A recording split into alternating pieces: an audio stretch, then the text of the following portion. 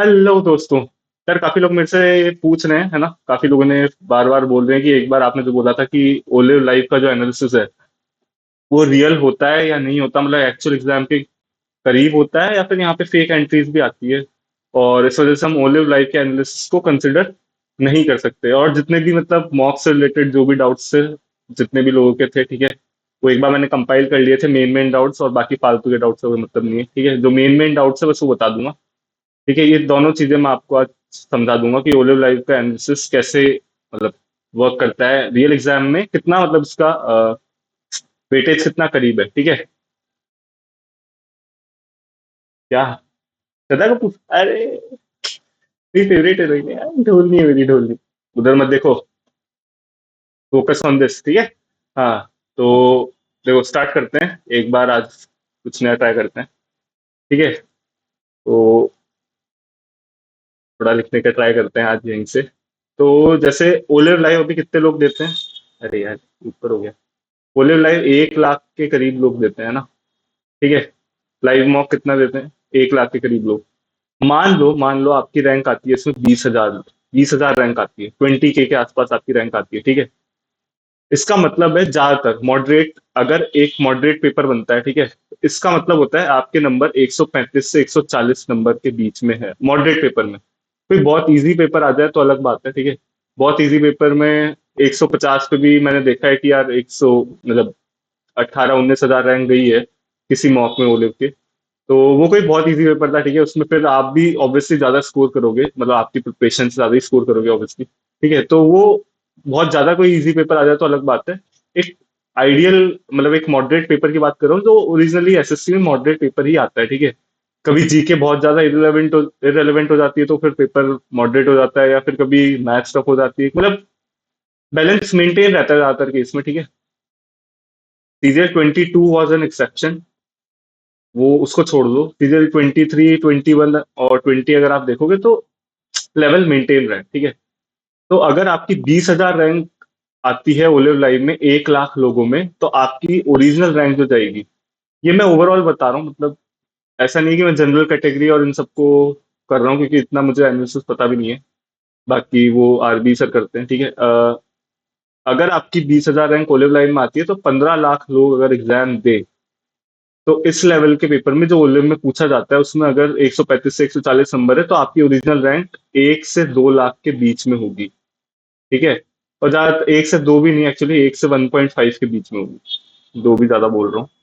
1 से 1.5 लाख के बीच में आपकी रैंक होगी, अगर मतलब अभी 20,000 रैंक है आपकी 1 लाख में से। तो सीजल 23 का अगर हम पेपर देखें तो उसमें एसएससी ने सिर्फ 75,000 लोगों को क्वालिफाई किया।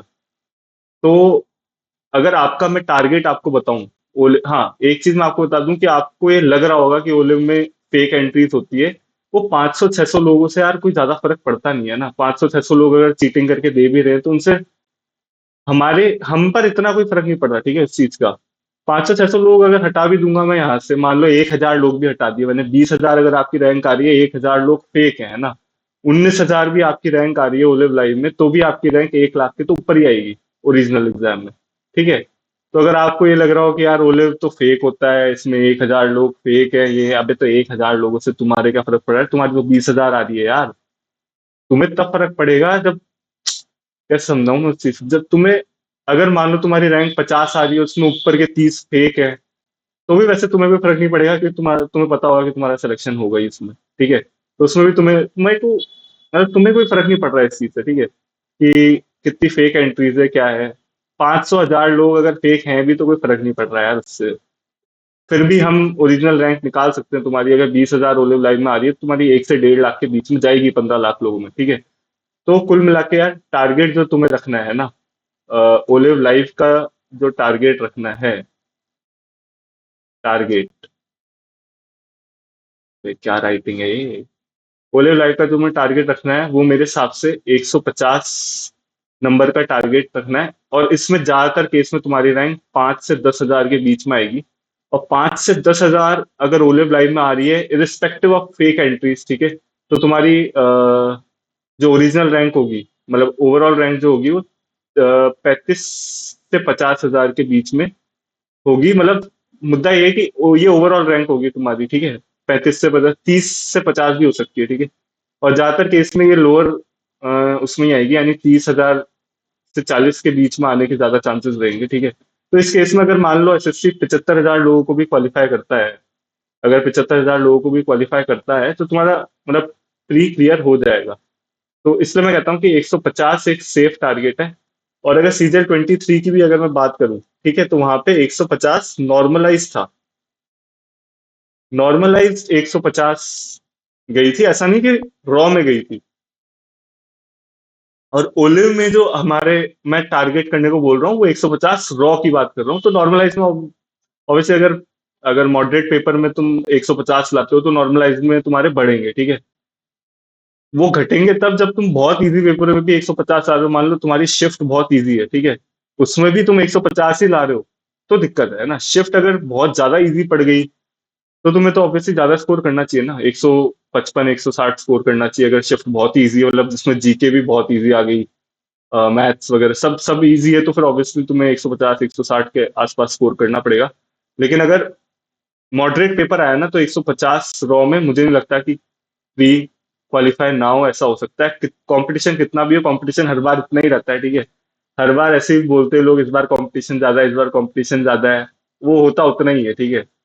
ये है कि हर हर बार वैसे यही होता है यार। पिछली बार के कुछ लोग जो धोखा खाए हुए रहते हैं, जो बहुत अच्छा परफॉर्म कर रहे होते हैं मॉक्स के अंदर, और वो फिर वापस से पेपर देते हैं, तो ये हर साल की कहानी है, कोई नई बात नहीं है। तो ये मत सोचना कि इस बार कंपटीशन बहुत ज्यादा है, ये वो उतना ही है, ठीक है।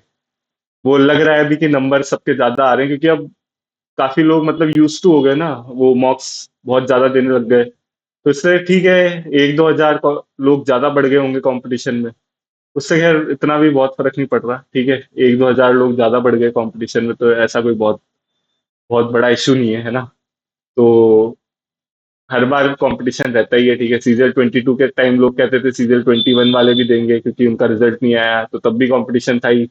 सीजन 23 में 22 के धोखा खाए हुए लोग वो आ गए, अब सीजन 24 में 23 के धोखा खाए हुए लोग आ जाएंगे। तो चलता रहेगा, ठीक है। हर बार ये बोलने से कि यार कंपटीशन बहुत ज्यादा है, ये वो, इससे कोई मतलब कोई सेंस नहीं बन रहा है इस चीज का, ठीक है।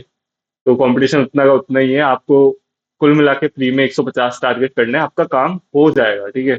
ये ओलिव लाइव की बात कर रहा हूँ। Fake entries, fake olive fake है, ये वो, इससे बोलने से कोई फर्क नहीं पड़ रहा, ठीक है। 500 हजार लोगों से तुम्हें कोई फर्क नहीं पड़ रहा। तुम्हारी रैंक अभी भी बता सकता हूँ कि किस पेपर में कैसी आएगी, ठीक है। जैसे इस बार का जो ओलिव लाइव हुआ है उसमें 160 नंबर मेरे हैं, तो मुझे पता है कि 1000 से 1500 के बीच में रैंक आएगी। उससे कम भी आ सकती है, लेकिन मोस्ट प्रोबेबली इतनी आएगी, ठीक है। तो पता चल जाता है, जब आप लगातार मॉक्स देते हो, खूब सारे मॉक्स देते हो, तो आपको पता चल जाता है। बहुत कम बार ऐसा होता है जब थोड़ा अनएक्सपेक्टेड चीजें होता है, वो बहुत कम बार होता है, तब आप एनालाइज नहीं कर पाते सही से। लेकिन ज्यादातर केस में आपको लग जाएगा पता कि यार इतने नंबर आए हैं, पेपर इस लेवल का था, ओलिन में ये रैंक आएगी मेरी। और आपको ओरिजिनल पेपर में भी उसी से अंदाजा लग जाएगा कि होगा प्री क्लियर या नहीं होगा, ठीक है। वो हाँ, ये अलग बात है कि एसएससी कम लोगों को क्वालिफाई करे, अगली बार 40,000 लोगों को ही करे, या अगली बार 1,15,000 1.5 लाख लोगों को कर दे, तो वो फिर उस बेसिस पे चीजें बदल जाती है, ठीक है। उसका कोई कुछ नहीं कर सकता, उसका ना कोई बता सकता है ना कुछ और कर सकता है। वो तो एसएससी जानता है, ठीक है। अभी तो ये मान लो कि 75,000 लोग क्वालिफाई करेंगे, तो उस हिसाब से रॉ 150 को टारगेट करो। नॉर्मलाइज तो और भी ज्यादा हो सकते हैं, ठीक है, लेकिन रॉ 150 थोड़े सेफ है, सेफ स्कोर है। इसमें मुश्किल है, ठीक है।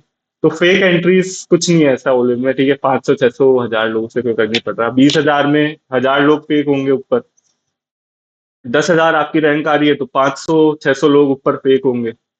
उससे क्या ही हो जाएगा, 9,500 आ जाएगी ओरिजिनल रैंक। तो उससे कोई बहुत ज्यादा फर्क नहीं पड़ा है इससे, मतलब ठीक है, कोई फर्जीवाड़ा है फालतू का।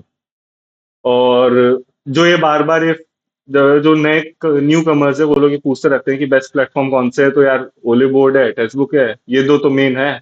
और आजकल प्रैक्टिस मॉक का भी लाइव काफी लोग दे रहे हैं, तो वो दे सकते हो, अच्छा बोलते हैं लोग प्रैक्टिस मॉक का लाइव। मैं तो ये कहता हूँ कि फ्री है, फ्री चीजों पे ज्यादा मतलब इन्वेस्ट करो, मतलब अनलेस कि बाप दादा के पास खूब अंधा पैसा हो। तो अगर अंधा पैसा नहीं है तो प्रैक्टिस मॉक का सब्सक्रिप्शन मतलब देख लेना, मतलब लेना चाहो तो ले लेना, वरना मैं तो ये कहता हूँ कि दो काफी है, ओले बोर्ड और टेक्स्ट बुक। पहले तो टेक्स्ट बुक पे ही काम चलता था, ठीक है, बाद में ओले बोर्ड अच्छे मार्क्स ला रहा है तो ठीक है, ओले बोर्ड का भी ले सकते हैं, अच्छा है, अच्छा है, ज्यादा मार्क्स होंगे और ज्यादा प्रैक्टिस होगी, ठीक है। तो मेरे जैसों के लिए तो मॉक्स से ही जो पढ़ते हैं उनके लिए तो ये बेस्ट चीज है कि यार, मतलब मेरे लिए तो दो के सब्सक्रिप्शन लेना जरूरी था। बाकी जो लोग कम मार्क्स देते हैं, जो लोग ज्यादा पढ़ते हैं, मतलब सबकी अपनी अपनी स्ट्रेटेजी होती है, ठीक है, ऐसा कुछ नहीं है कि बहुत सारे मार्क्स देने चाहिए या कम देने चाहिए, सबकी अपनी अपनी स्ट्रेटेजी होती है, सबका अपना अपना दिमाग होता है, ठीक है। मेरी स्ट्रेटेजी मार्क्स पे थी, इसलिए मैं खूब मार्क्स देता था, इसलिए मुझे दो सब्सक्रिप्शन तो नीडेड थे। तीसरा फ्री में मिल जाता तो मैं तो वो भी ले लेता, लेकिन फ्री तो था नहीं, इसलिए ठीक है। और जिसके पास खूब अंधा पैसा है वो तो सब ले लो, कोर्स भी ले लो, पूरी दुनिया ले लो, खरीद ही लो, एलोन मस्क को भी खरीद लो, सबको खरीद लो, बहुत बढ़िया। पर ठीक है, मतलब लाइव जो है वो फ्री होते हैं, तो लाइव तो आप दो ही, प्रैक्टिस मॉक का लाइव दे सकते हो, ओलिव का लाइव दे सकते हो, टेक्स्ट बुक का लाइव तो थोड़ा बेकार बताते हैं लोग, लेकिन मैं दिया नहीं, पता नहीं जो भी है। पिछली बार जब दिया था, हाँ थोड़े बेकार तो होते हैं, सीजन 23 में दिए थे। पर ठीक है, ओलिव और प्रैक्टिस मॉक का लाइव तो दे ही सकते हो, कोई दिक्कत नहीं है, फ्री है तो कोई दिक्कत नहीं है, ठीक है। ये तीन प्लेटफॉर्म है मेन। बाकी शायद अड्डा वड्डा भी कुछ बताते हैं लोग, अड्डा, अड्डा 247 वगैरह। अरे वो देख लेना, मेरे हिसाब से ये तीन मेन है, इसके अलावा की कोई जरूरत नहीं है, प्रैक्टिस मॉक की भी सब्सक्रिप्शन की ऐसी कोई जरूरत नहीं है। फेसबुक और ओलिव का ले लो, ठीक है, मतलब मैं तो ये बोलूंगा, बाकी आपकी मर्जी है, ठीक है, आपकी स्ट्रेटेजी पे है, तो कोई खास बात नहीं। हाँ, ये एक अच्छा क्वेश्चन है। ओरिजिनल मॉक्स देने चाहिए टेक्स्ट बुक और ओलिव बोर्ड के, या फिर पीवाईक्यू के मॉक्स देने चाहिए? तो अगर आप एक एब्सोल्यूट बिगनर हो ना, एकदम मतलब बिगनर हो, अभी एसएससी के पेपर के बारे में नहीं पता, तो मैं कहता हूँ कि पीवाईक्यू के मॉक्स पहले दो, ताकि क्या पता चल जाता है कि किस टाइप के क्वेश्चन एक्चुअल एग्जाम में पूछे जा रहे हैं। तो अगर आप एकदम बिगनर हो, जैसे मैं भी बिगनर था CGL 21 के टाइम पे, तब मैंने दिए थे पीवाईक्यू के मॉक्स भी, ठीक है।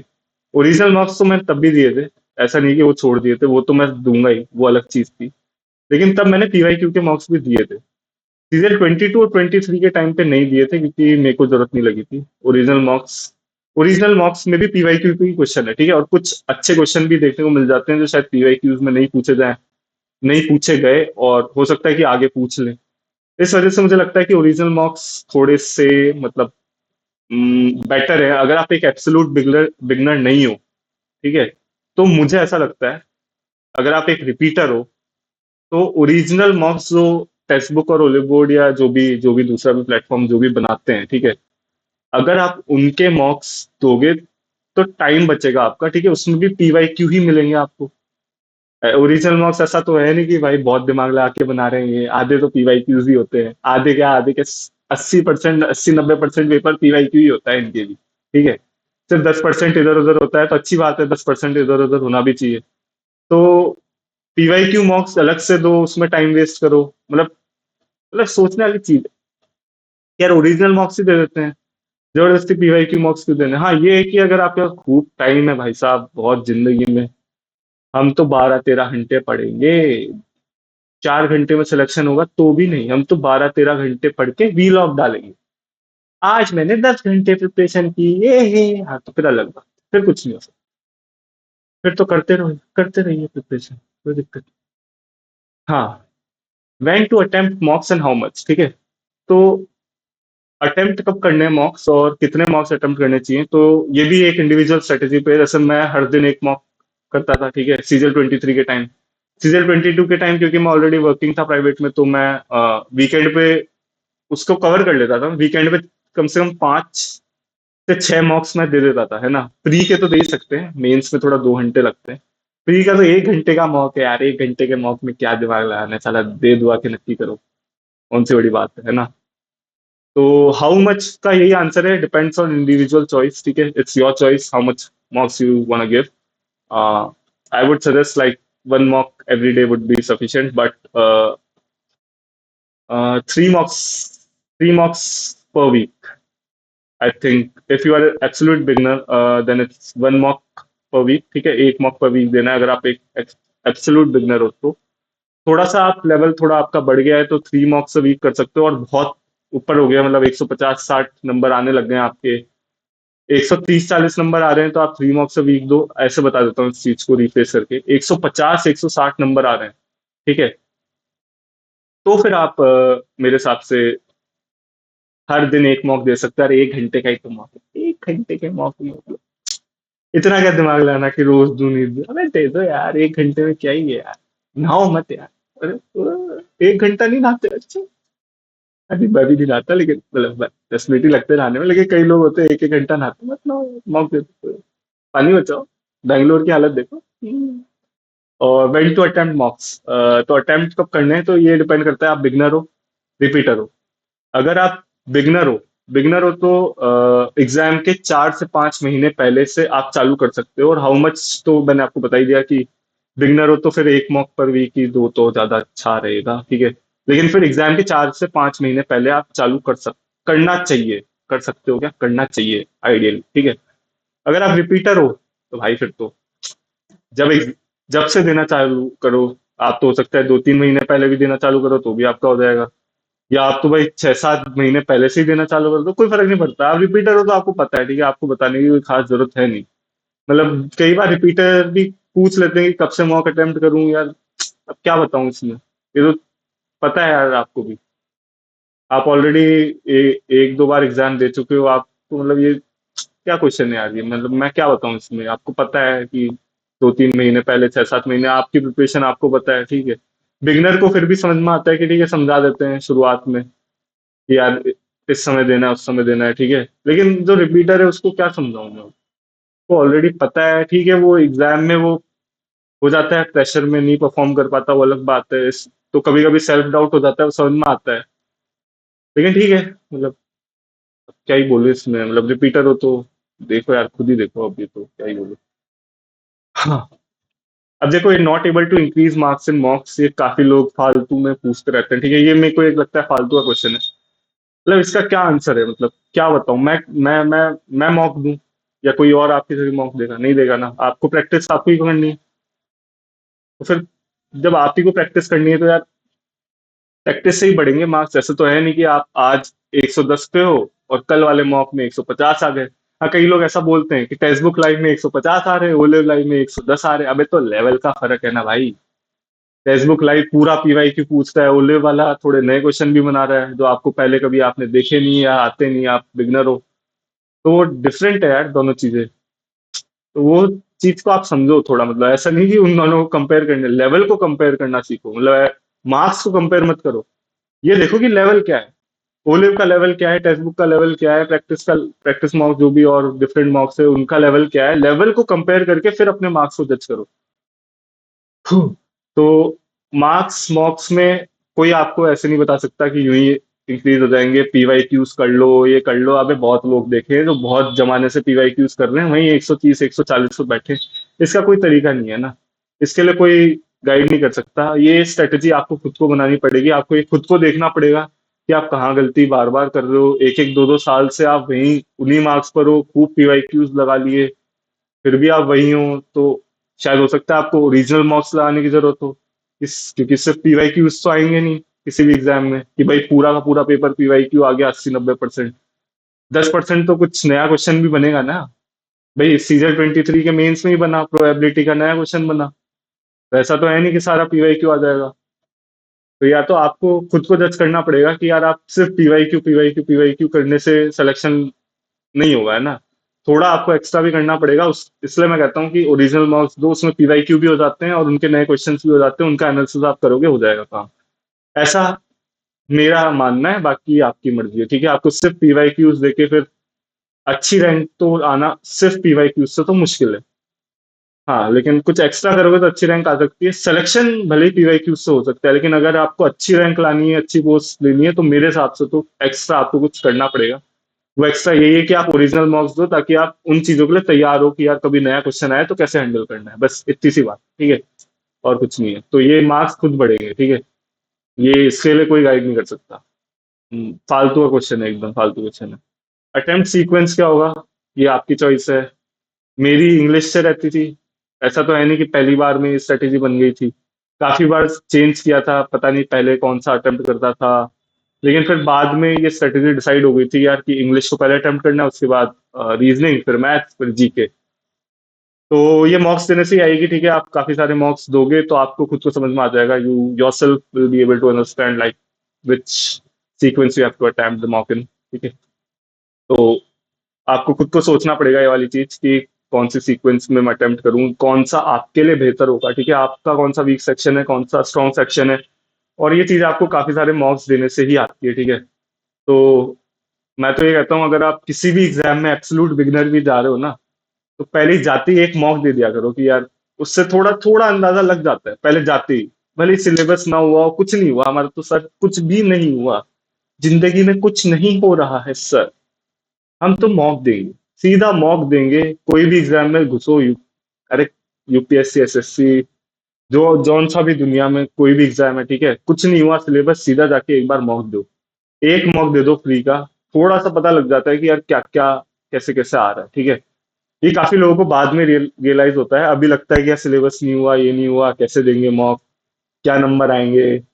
हाँ, जैसे तो आप ही को देखने के लिए बैठे हैं, तेरे ही नंबर देखूंगा भाई मैं, तेरे कितने आए, 50 मजाक चल रहा है। अरे भाई कोई नहीं देख रहा है तुम्हारे नंबर, जाके मॉक दो, खत्म हो गया बात। तुम्हारे नंबर थोड़ी ना देखने बैठे हैं कि तुम्हारे 50 आए तो हंसने के लिए 4 लोगों की महफिल जमाऊंगा कि हंसते हैं आज बैठ के, इसके 50 ही आए। अरे जाके दे दो यार मॉक, आ जाएंगे नंबर जो आने होंगे, डिमोटिवेट क्या होना है, नहीं पढ़ा अभी कुछ, लेकिन एक बार पता तो चल जाएगा ना कि कितने। समझ नहीं आ रही बात, ठीक है। तो एक बार जाके दे दिया करो मॉक, ठीक है, समझ समझ में आ जाता है उससे कि किस टाइप के क्वेश्चन आ रहे हैं। एक दो मॉक से तो मतलब एसएससी में तो मतलब, अगर आप शुरुआत में जाके 10 मॉक दे दो ना, आपको आइडिया लग जाएगा कि आपको पढ़ना क्या है। आपको किसी से पूछने की जरूरत नहीं है, शुरुआत में जाके 10 मॉक दे दो ऐसे ही रैंडम, और उनका एनालिसिस कर लो, आपको यही पता चल जाएगा पढ़ना क्या है। यही यही क्या था, मैं तो शुरुआत में कोई सिलेबस सिलेबस कुछ नहीं हुआ था, जाके 3 मॉक दिए, समझ में आ गया क्या क्या पढ़ना है। जबरदस्ती। अब ये क्वेश्चन है यार, मॉक वर्सेस रियल एग्जाम। तो काफी लोगों के साथ ये चोट होती है कि यार मॉक में काफी अच्छे क्वेश्चन, मतलब काफी अच्छे नंबर आ रहे हैं, अच्छे क्वेश्चन क्या, 330 340 आए थे कई लोगों के मेंस में, 360 60 70 70 भी आए थे, लेकिन ओरिजिनल एग्जाम में रह गए 300 306 310 पे ही रह गए, या कुछ लोग तो 290 280 पे ही रह गए, जबकि नंबर काफी अच्छे अच्छे आ रहे थे। तो इसका यार कोई, किसी के पास कोई सॉल्यूशन नहीं है ना, किसी ने फ्यूचर नहीं देखा क्या होगा आपका। मॉक में अच्छे आ रहे हैं तो रियल एग्जाम में भी अच्छे आएंगे, पता नहीं भाई, किसी को नहीं पता है ना। लेकिन मॉक में अच्छा आने से कॉन्फिडेंस रहता है, ठीक है। रियल एग्जाम में तो अगर जो लोग मतलब सीरियल मॉकर होते हैं ना मेरी तरह, तो हम जैसे लोग अगर मॉक में अच्छा लाते हैं ना, सीरियल मॉकर जो होते हैं, मतलब जो खूब मॉक देते हैं, दबा के मॉक देते हैं, तो हमारी अगर एक कंसिस्टेंसी मॉक में बन गई, तो रियल एग्जाम में चाहे दिमाग बिजी हो, चाहे बैक में पेन हो, चाहे कुछ ही हो, है ना, कुछ भी हो जाए, तबीयत खराब हो, कुछ भी हो, रियल एग्जाम में ऑलमोस्ट वही परफॉर्मेंस रिपीट होने वाली है, क्योंकि हमें आदत पड़ गई सीरियल मॉकर है, यानी हम ऐसी सिचुएशन में भी मॉक दे रहे हैं जहां शायद, जहां मतलब जैसे बुखार में भी मैं मॉक देता था, ठीक है, अब बुखार में देख लेते हैं, क्या पता ओरिजिनल एग्जाम में बुखार में ही देना पड़ जाए, ठीक है। तो ऐसी ऐसी सिचुएशन में भी खुद को मतलब ढालना चाहिए मेरे हिसाब से, थोड़ा प्रेशर, प्रेशर सिचुएशन में भी होना चाहिए, जैसे खूब आवाज आ रही है बाहर, तब भी आप मॉक दे रहे हो, खूब आवाज आ रही है भाई साहब, इतनी आवाज आ रही है कि एकदम कॉन्सेंट्रेट ही नहीं हो पा रहा, तब भी आप मॉक में ही, मतलब वो प्रैक्टिस आप कर लो यार, मतलब मॉक में ही वो चीज की प्रैक्टिस कर लो कि खूब आवाजें आ रही है बाहर, बहुत शोर हो रहा है।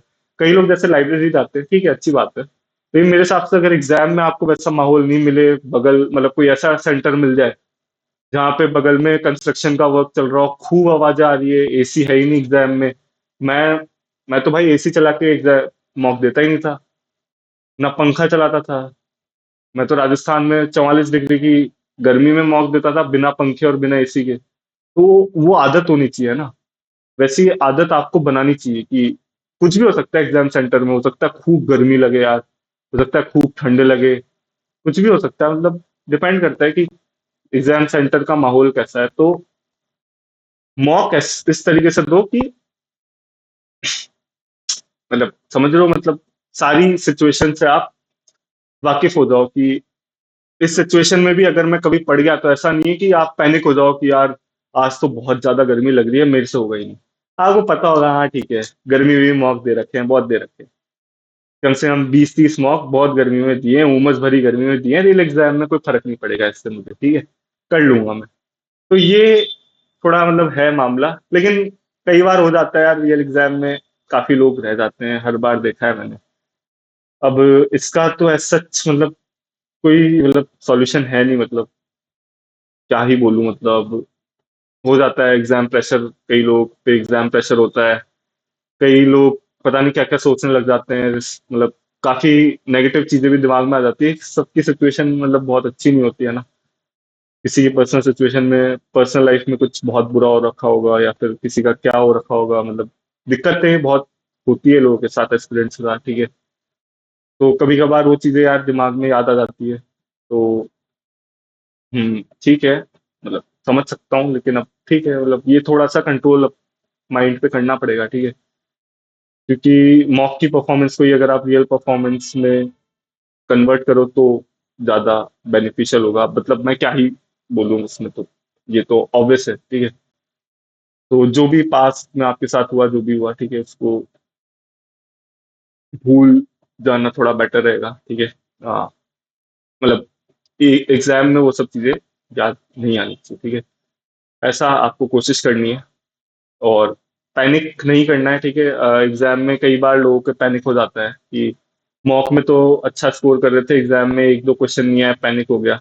तो वो तभी होता है जब आप मॉक में भी ऐसा, मॉक में तो क्या है, लोग ऐसे ही तुक्के लगा जाते हैं, मतलब मैथ्स तुक्के इन द सेंस कि मैथ्स में यूनिट डिजिट से कर दिया, यूं कर दिया, वो कर दिया। ओरिजिनल एग्जाम में ये चीजें उतनी वर्क नहीं करती है, मैं पहले भी आपको बता चुका हूँ, थोड़ा रहता है, मतलब दिमाग का खेल है ना, दिमाग डाउट में तो फिर दिक्कत होती है। तो थोड़ा सा ये रहती है चीजें कि दिमाग वगैरह डाउट में रहता है एग्जाम में, आप यूनिट डिजिट वगैरह ये सारी चीजें आप नहीं कर पाते हो मॉक में, जो आप कर लेते हो वो रियल एग्जाम में एकदम अजीब सी सिचुएशन हो जाती है, एक दो क्वेश्चन नहीं होते आपसे, काफी पैनिक हो जाते हो।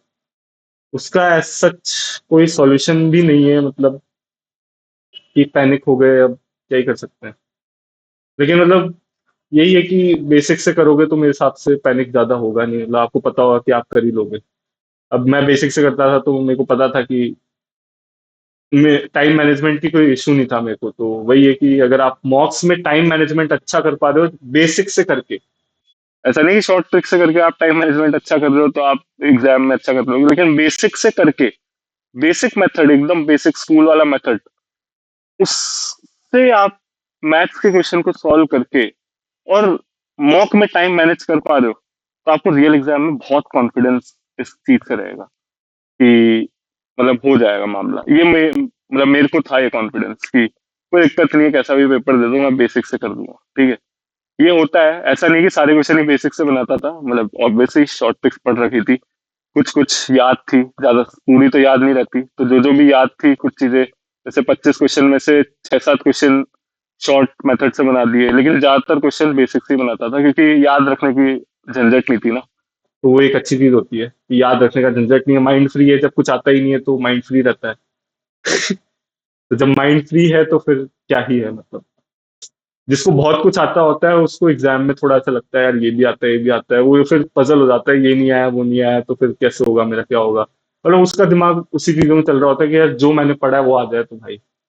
अब जिसको कुछ नहीं आता, मान लो मुझे शॉर्ट ट्रिक आती ही नहीं है, मैंने ज्यादा पढ़ी नहीं, ठीक है, जो याद हो गई अपने आप ही सबकॉन्शियस में आ गई, तो मैं, मेरे ऊपर क्या टेंशन है, जीके मैंने पढ़ी नहीं तो जीके आती ही नहीं, तो मैं एग्जाम में कुछ सोच ही नहीं रहा हूँ, आएगा क्वेश्चन कर देंगे, जो आता हो कर देंगे। इसलिए मेरे ऊपर एग्जाम प्रेशर उतना रहा नहीं, क्योंकि ज्यादा सोचना नहीं पड़ता, और शायद ये भी है कि ऑलरेडी मैं जॉब में था, तो वो भी एक फैक्टर है कि मेरे ऊपर उतना एग्जाम प्रेशर रहा नहीं। तो ये सब चीजें होती है, ठीक है। एग्जाम प्रेशर कई लोग पे काफी ज्यादा हो जाता है, तो मॉक के परफॉर्मेंस को एग्जैक्ट नहीं कर पाते। अब इसका यार, हाँ, इसका तो कुछ नहीं कर सकता, ठीक है। तो इतना ही था, ठीक है, इतना ही बताना था, यही सारे मेन क्वेश्चंस थे, ठीक है। बाकी सब फर्जी क्वेश्चन है, कोई फालतू फालतू क्वेश्चन पूछते रहते हैं लोग, उसका कोई मतलब नहीं है, ठीक है। जाते जाते एक बात करना, मतलब एक शायरी अर्ज करना चाहूंगा। धूप भी बादलों से ढक जाती है ना, धूप भी बादलों से ढक जाती है, समंदर भी तूफान के आगे बौखला जाता है। धूप भी बादलों से ढक जाती है, समंदर भी तूफान के आगे बौखला जाता है। एक बात याद रखना एसएससी एस्पिरेंट, जीतता वही है जो हौसला आखिर तक रख पाता है, ठीक है। तो जीतता वही है जो हौसला आखिर तक रख पाता है, हौसला नहीं छोड़ना, होप नहीं छोड़नी, बाकी तो जो होगा भगवान जो भी करेगा वही है, ठीक है। चलते हैं यार गाइस, बाय बाय, उम्मीद करता हूँ आपको। ओह, श्रद्धा कपूर गायब होगी, सॉरी गाइस, सॉरी। चलो बाय बाय।